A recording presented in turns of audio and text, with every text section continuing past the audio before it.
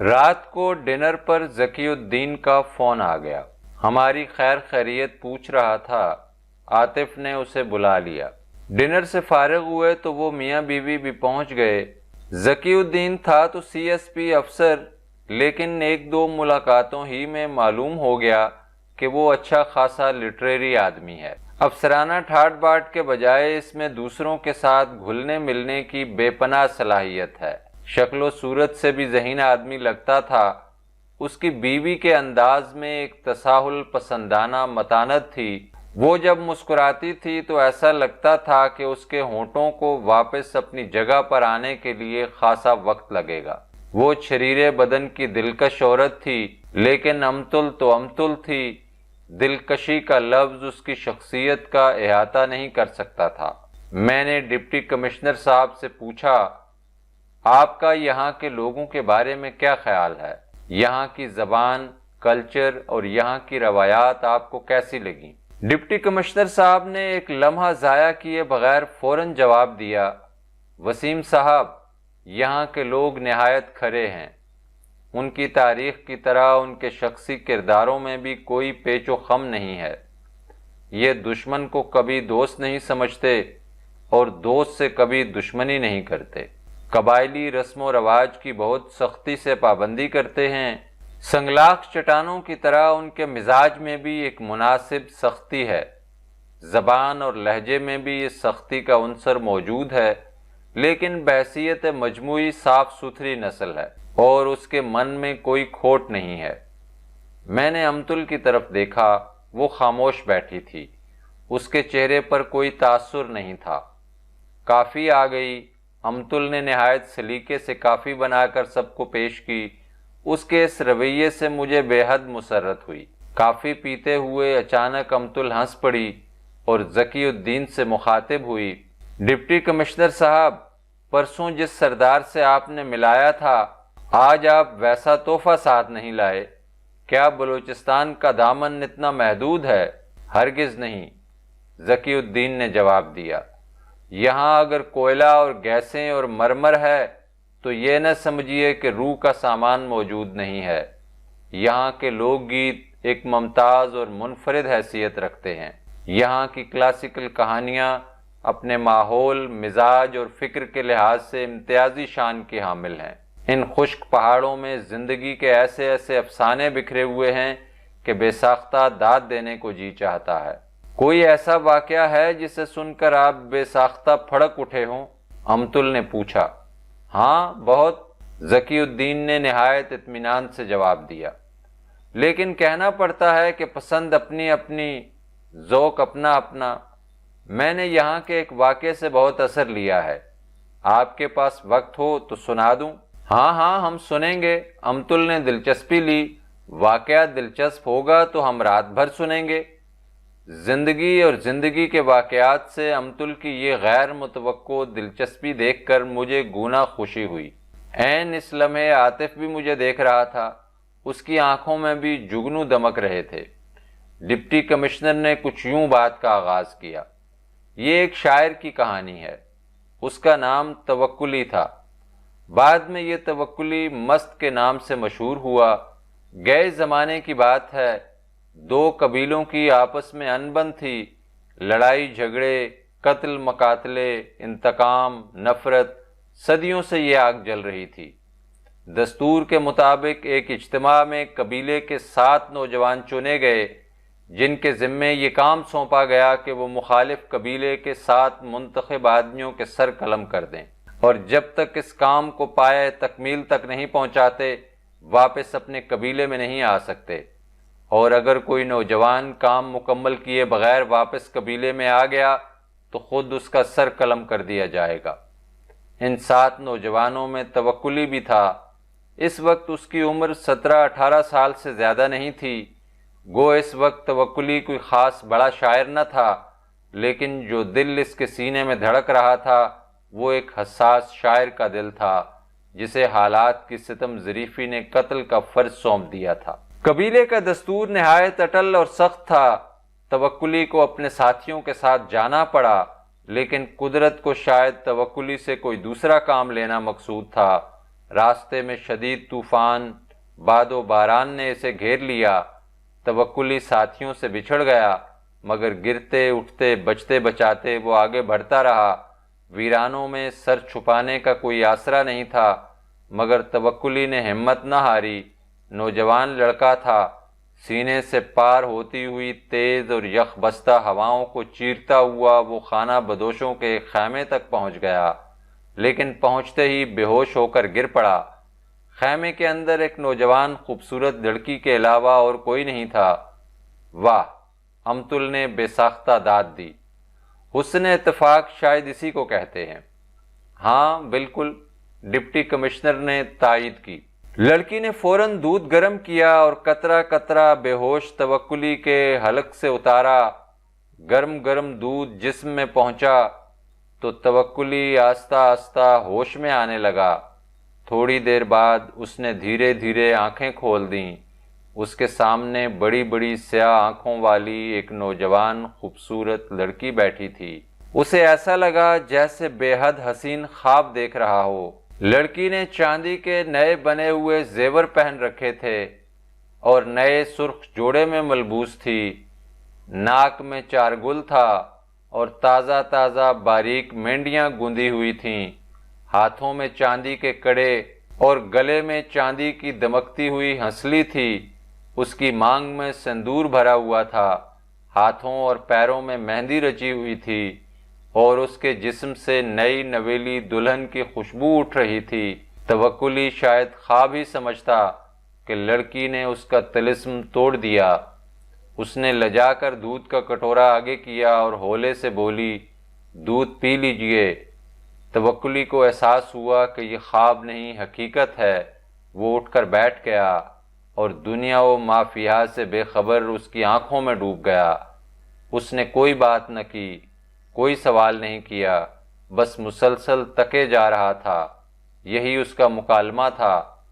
لڑکی ان متوحش اور بیتاب اور مضطرب آنکھوں کی مسلسل ٹکٹکی سے گھبرا گئی۔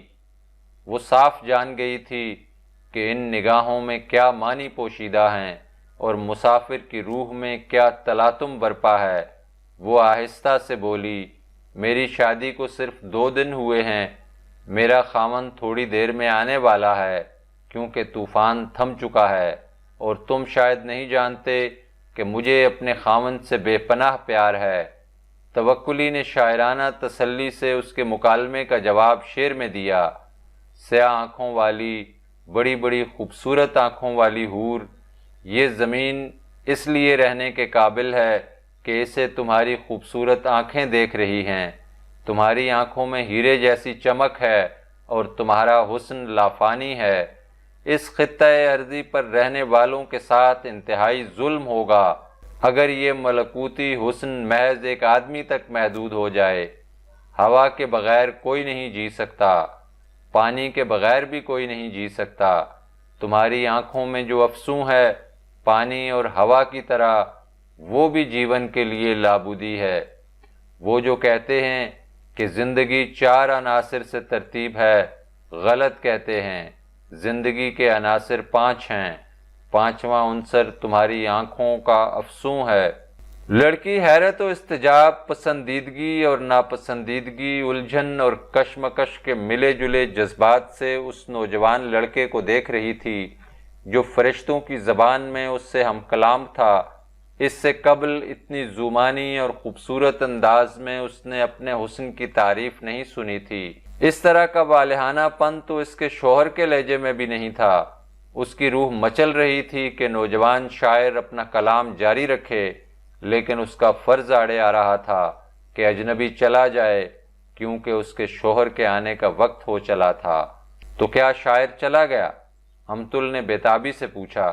ہاں، شاعر چلا گیا، ہمیشہ کے لیے چلا گیا، ڈپٹی کمشنر تعصف اور جذبے سے بولا۔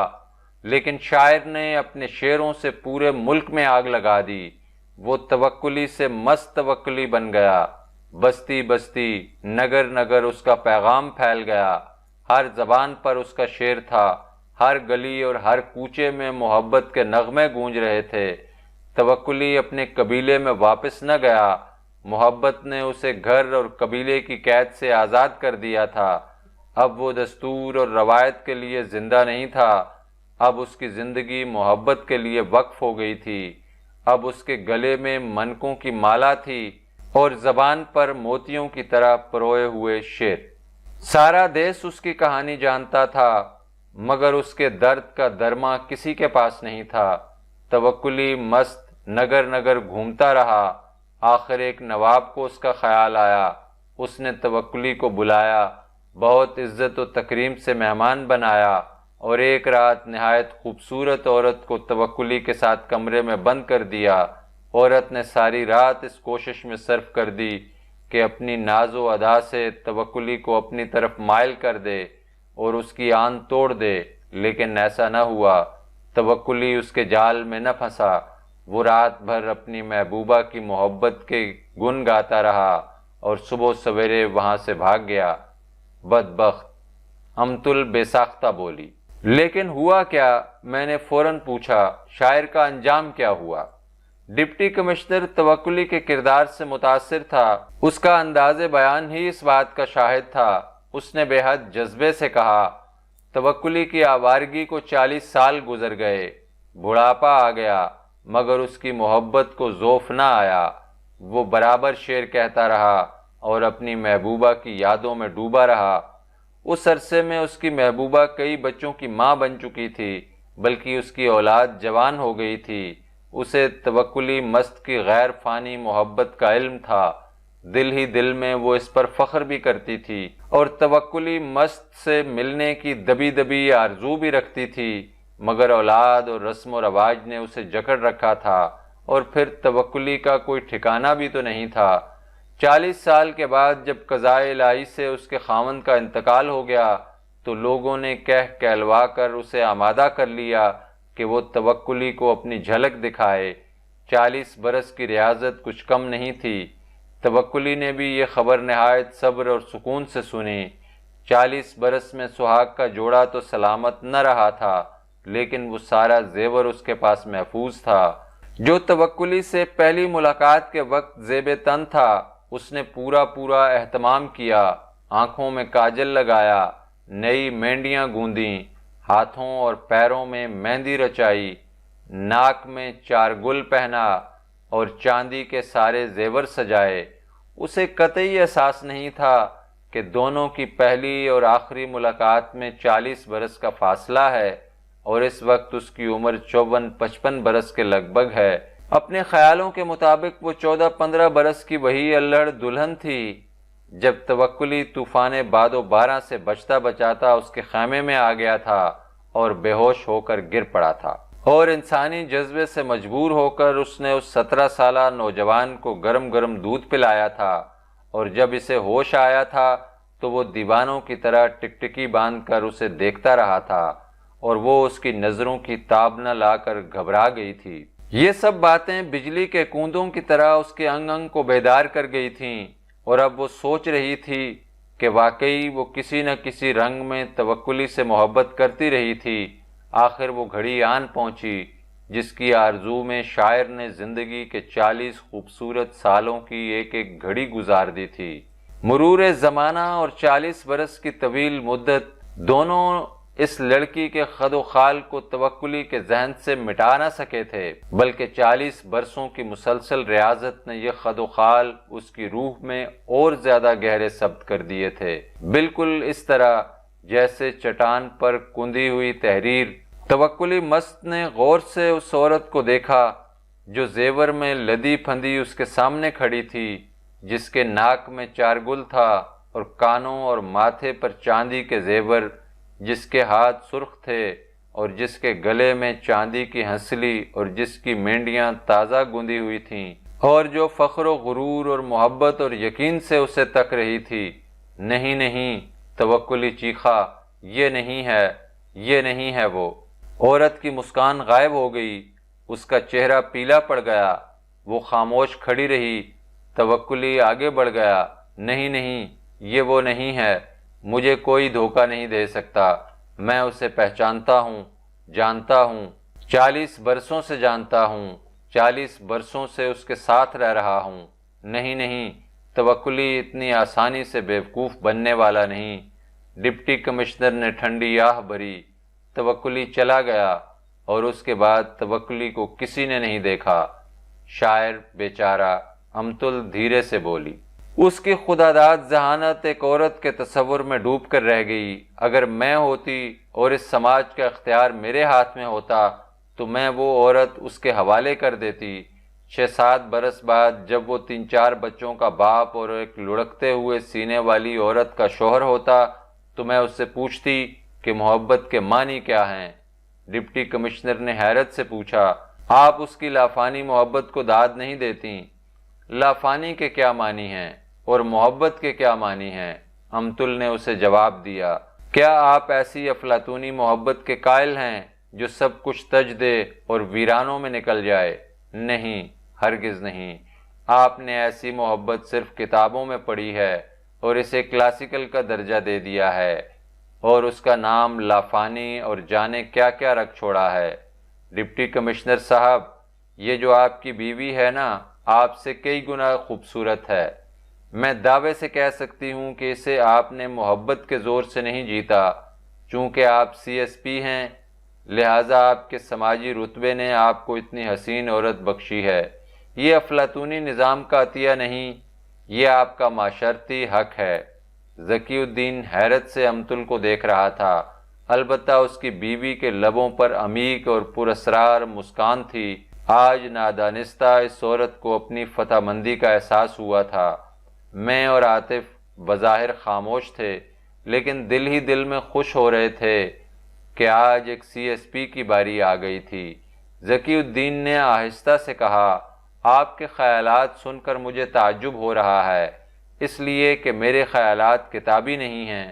مجھے آپ کی مسلمہ قدروں سے بھی کچھ زیادہ انس نہیں ہے۔ میں فانی اور لافانی کی قائل نہیں ہوں۔ موٹر کے انجن کو تیار کرنے کا ایک فارمولہ ہوتا ہے۔ آپ لوگوں نے کتابیں لکھ لکھ کر اور اصول گھڑ گھڑ کر زندگی کو بھی ایک فارمولہ مان لیا ہے۔ میں انسانی روح کو فارمولوں کے حوالے نہیں کر سکتی۔ آپ کیا چاہتی ہیں آخر؟ ذکی الدین ایک طرح سے ہار مانتے ہوئے بولا، مجھے ابھی اس کا عرفان نہیں ہوا، لیکن جو کچھ آپ لوگ چاہتے ہیں میں وہ نہیں چاہتی۔ آپ کا سارا ڈسپلن مصنوعی ہے۔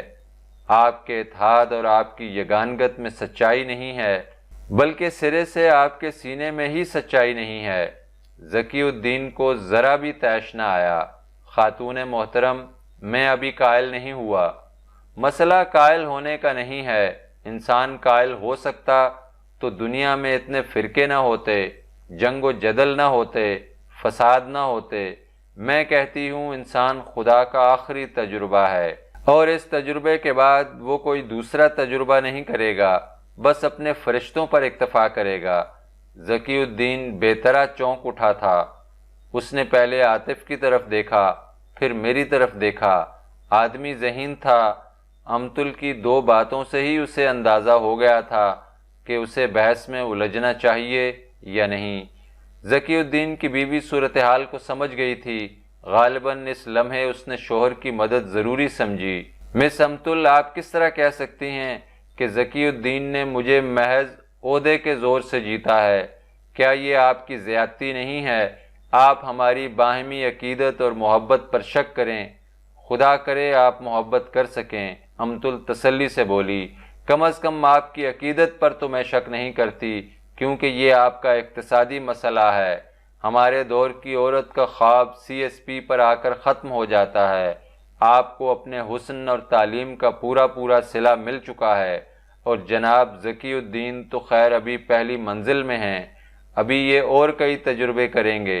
کندن بننے کے لیے ابھی کئی مرحلے باقی ہیں۔ ان کا سفر آپ سے زیادہ لمبا ہے اور پڑاؤ بھی بہت ہیں۔ ایک تو ڈپٹی کمشنر ہیں اور اس پر ترا کے مرد ہیں۔ مرد اس سوسائٹی میں زیادہ با اختیار ہوتا ہے۔ آپ کا حسن 2-4 سال میں مان پڑ جائے گا، مگر ڈپٹی کمشنر صاحب کا کچھ نہیں بگڑے گا، اس لیے ان کا سفر جاری رہے گا۔ ذکی الدین کی بیگم کی خوبصورت مسکراہٹ غائب ہو چکی تھی اور وہ ٹکر ٹکر امتل کو دیکھ رہی تھی۔ عاطف نے اسے ٹوکا،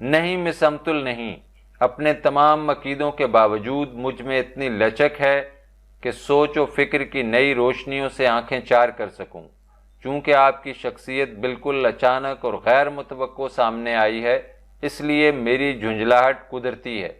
زندگی کے متعلق ہمارے نقطۂ نگاہ الگ الگ ہو سکتے ہیں، لیکن افہام و تفہیم کے راستے ہمیشہ کھلے رہتے ہیں۔ مسئلے ہمیشہ ذہین آدمیوں کے لیے ہوتے ہیں اور ہمیشہ حل طلب ہی رہتے ہیں۔ سیدھا سادہ آدمی ہمیشہ طبعی موت مرتا ہے، اس لیے ہلکان نہیں ہوتا۔ ذہین آدمی شعوری موت مرتا ہے، اس لیے بہت اذیت اٹھا کر مرتا ہے۔ میرا خیال ہے ایک دن آپ کو احساس ہو جائے گا کہ یہ دولت اور حاکمانہ تمکنت سب بیکار محض ہیں۔ ذکی الدین نے چند لمحے سوچنے کے بعد کہا، آپ اس قدر مایوس کیوں ہیں؟ اگر میں آپ سے پوچھوں کہ آپ اس قدر پر امید کیوں ہیں تو میں کہوں گا کہ میں نے محنت کی ہے اور اس کا صلہ پایا ہے۔ کیا صلہ پایا ہے؟ باوقار عہدہ، باعزت زندگی، خوبصورت بیوی، اور کیا چاہیے انسان کو اس دنیا میں؟ میں پوچھوں گی، جب آپ کو سب کچھ مل گیا ہے، آپ کی ہر خواہش پوری ہو گئی ہے، تو آپ کے پاس جینے کے لیے باقی کیا رہ گیا ہے؟ تکمیل تو موت ہے۔ مس، میرے پیارے پیارے بچے ہیں، میں ان سے والہانہ پیار کرتا ہوں۔ انہیں دیکھ کر میرے دل کو سکون اور آنکھوں کو ٹھنڈک پہنچتی ہے۔ ان کی ننھی ننھی ضدیں، ان کی توتلی توتلی باتیں ایسی ہیں جیسے ساز بج رہا ہو، جیسے فرشتوں سے ہم کلام رہتا ہوں۔ ان کے کنول کی طرح چھوٹے چھوٹے خوبصورت پاؤں، ان کے نازک نازک ہاتھ، جب میں انہیں چھوتا ہوں تو میرے من میں گدگدی ہوتی ہے اور میری آتما ایسی عجیب کیفیت سے سرشار ہوتی ہے جسے میں الفاظ میں بیان نہیں کر سکتا۔ مس امتل، میں ان بچوں کے لیے جینا چاہتا ہوں۔ ہاں، آپ ان کے لیے چند سال جی سکتے ہیں، مجھے کوئی اعتراض نہیں۔ چڑیا اور چڑا بھی بالوں پر اگنے تک اپنے بچوں کو غذا مہیا کرتے ہیں، آپ بھی یہ کام کر سکتے ہیں۔ لیکن ڈپٹی کمشنر صاحب، جب تک آپ ان کے کفیل ہیں، ان کو آپ سے اور آپ کو ان سے والہانہ پیار ہوگا، مگر وہ وقت ضرور آئے گا، وہ لمحہ، وہ گھڑی، وہ ساتھ، جب وہ آپ سے یا آپ ان سے اقتصادی بنیاد پر الگ ہوں گے۔ دونوں کو ایک دوسرے سے شکایتیں پیدا ہوں گی، دیکھتے ہی دیکھتے جذباتی رشتے ختم ہو جائیں گے، بالکل اس طرح جیسے آپ اپنے باپ کو اکیلا چھوڑ کر نیا گھر بسا چکے ہیں۔ آپ کے بچے آپ کو داغ مفارقت دے کر الگ ہو جائیں گے۔ یہ ہے آپ کا مقدر، یہی ہے انسان کی تقدیر، اور اسی پیار کے بل بوتے پر ہم زندہ ہیں۔ ڈپٹی کمشنر خاموش ہو گیا تھا، ہم سب خاموش تھے۔ یہ واقعہ تھا کہ شادی کے بعد ذکی الدین نے والدین کو چھوڑ دیا تھا۔ عاطف نے بعد میں اس کی تصدیق کی تھی۔ بیوی اس سے اور وہ بیوی سے آنکھ نہیں ملا رہا تھا۔ میں نے سوچا ذکی الدین کاری بار کھا چکا ہے اور شاید بحث کو مزید آگے نہ بڑھائے۔ میں یہ بھی جانتا تھا کہ امتل کا رویہ انتقامی نہیں ہوتا اور نہ کسی کو زج کرنے پر خوش ہوتی ہے۔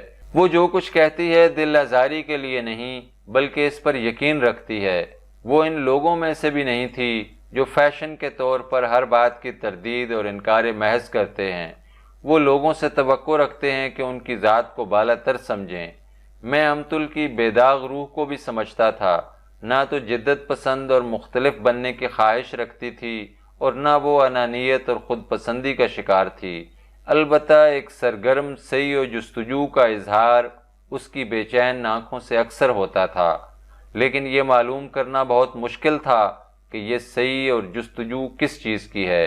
امتل، آپ کی سب باتیں دل کو لگتی ہیں، بفرض محال ہم آپ سے اتفاق بھی کریں، لیکن پھر بھی آپ کے پاس اس بات کا کیا جواب ہے کہ اگر پیار اور سچائی کے لیے بھی زندہ رہنے کا کوئی مقصد نہیں ہے تو پھر آخر زندہ کس طرح رہا جائے؟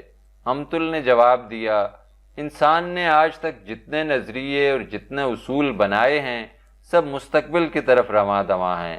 انسان کی یہ کوشش بری نہیں ہے، پرچار کی حد تک ان خیالوں میں تندی، تیزی، صحت اور نمو بھی ہے، لیکن میں یہ بات کئی بار کہہ چکی ہوں کہ انسان ایسا ہی رہتا ہے جیسا فطرت نے اسے بنایا ہے۔ آپ سچ کی خاطر جئیں یا پیار کی خاطر مریں، آپ فطرت کے ایک کھلونے ہیں۔ یوں جینے کے بے شمار ہیلے ہیں۔ میں خود بھی تو آپ کی طرح زندہ ہوں۔ اگر ایسا ہی ہے اور ہم نے زندہ رہنا ہی ہے تو پھر کڑنے کا کیا فائدہ؟ بقول آپ کے جھوٹی ہی صحیح، کوئی آس، کسی امید کا سہارا لے کر کیوں نہ جیا جائے؟ امتل ہنس پڑی۔ یہ تو آپ کر ہی رہے ہیں۔ میں آپ کی بات کر رہا ہوں۔ میرا جینا کیا جینا ہے؟ میں تو بالکل بے مقصد جی رہی ہوں۔ آپ کے پاس تو کوئی آس، کوئی آرزو ہے بھی، میرے پاس تو کچھ بھی نہیں ہے۔ 2 بار خودکشی کی، ناکام رہی، پھر سوچا مرنے کے بعد کیا ہوگا۔ جب من نے کوئی تسلی بخش جواب نہ دیا تو سوچا چلنے دو، نہ موت کا انتظار کرو اور نہ موت کے پیچھے بھاگو اور نہ موت سے خوف کھاؤ۔ آ گئی تو گلے لگا لو، نہ آئی تو پرواہ نہ کرو۔ انسان سے نفرت نہیں کرتی لیکن سینے میں والہانہ محبت بھی نہیں پاتی۔ کسی پر ظلم ہوتا ہے تو دل تڑپ اٹھتا ہے۔ ایسے لمحوں میں مجھے اپنی نیک فطرت پر یقین آ جاتا ہے، لیکن جلد ہی ایسی باتوں کو بھول بھی جاتی ہوں۔ میں انسان سے مایوس ہوں اور خود کو ہمیشہ تنہا پاتی ہوں، بلکہ ہر انسان کو تنہا پاتی ہوں۔ اگر آپ برا نہ مانیں، میں آپ کو ایک مشورہ دیتی ہوں۔ بیگم ذکی الدین نے کہا، آپ شادی کر لیں۔ امتل ہنس پڑی۔ شادی عورت کی پہلی اور آخری آرزو یہ سطحی سوچ ہے، ایک طرح کا اقتصادی مسئلہ، لیکن مجھے ایسا کوئی مسئلہ درپیش نہیں ہے، اور شاید جنسی احتیاج کا پہلو بھی ہو، مگر یہ تو ایک دلدل ہے اور میں اس دلدل سے نکل آئی ہوں۔ میں کہنا چاہتی ہوں کہ جہاں فطری ضرورتوں کو پابند سلاسل کر دینا مستحسن نہیں ہے، وہاں محض جنس کے لیے زندگی کو وقف کر دینا لغو لذت پسندی ہے۔ بیگم ذکی الدین نے فوراً جواب دیا، مجھے افسوس ہے کہ یہ بحث بہت نازک ہے اور مجھ میں اتنی جرت نہیں ہے کہ اسے آگے بڑھاؤں، لیکن اتنا ضرور کہوں گی، آپ نے ممتا کا روپ نہیں دیکھا، اس لیے آپ کو زندگی کی سچائیوں پر یقین نہیں ہے۔ اس کا جواب تو میں دے چکی ہوں۔ میں ممتا کی سچائی سے انکار نہیں کرتی۔ یہ تو گدھے اور بھینس جیسے بے حس جانور میں بھی ہوتی ہے، لیکن یہ محدود سچائی ہے۔ اس سچائی کی خاص عمر متعین ہوتی ہے۔ جس طرح ڈپٹی کمشنر صاحب نے اپنے ماں باپ کو چھوڑا ہے، اسی طرح ایک دن آپ کے بچے آپ لوگوں کو چھوڑ جائیں گے۔ یہی ہوتا آیا ہے، یہی ہوتا رہے گا۔ بیگم نے خاوند کی طرف دیکھا اور خاموش ہو گئی۔ رات کے 12 بج رہے تھے۔ ذکی الدین نے گھڑی دیکھی اور جانے کی اجازت چاہی۔ ہم سب اٹھ کھڑے ہوئے۔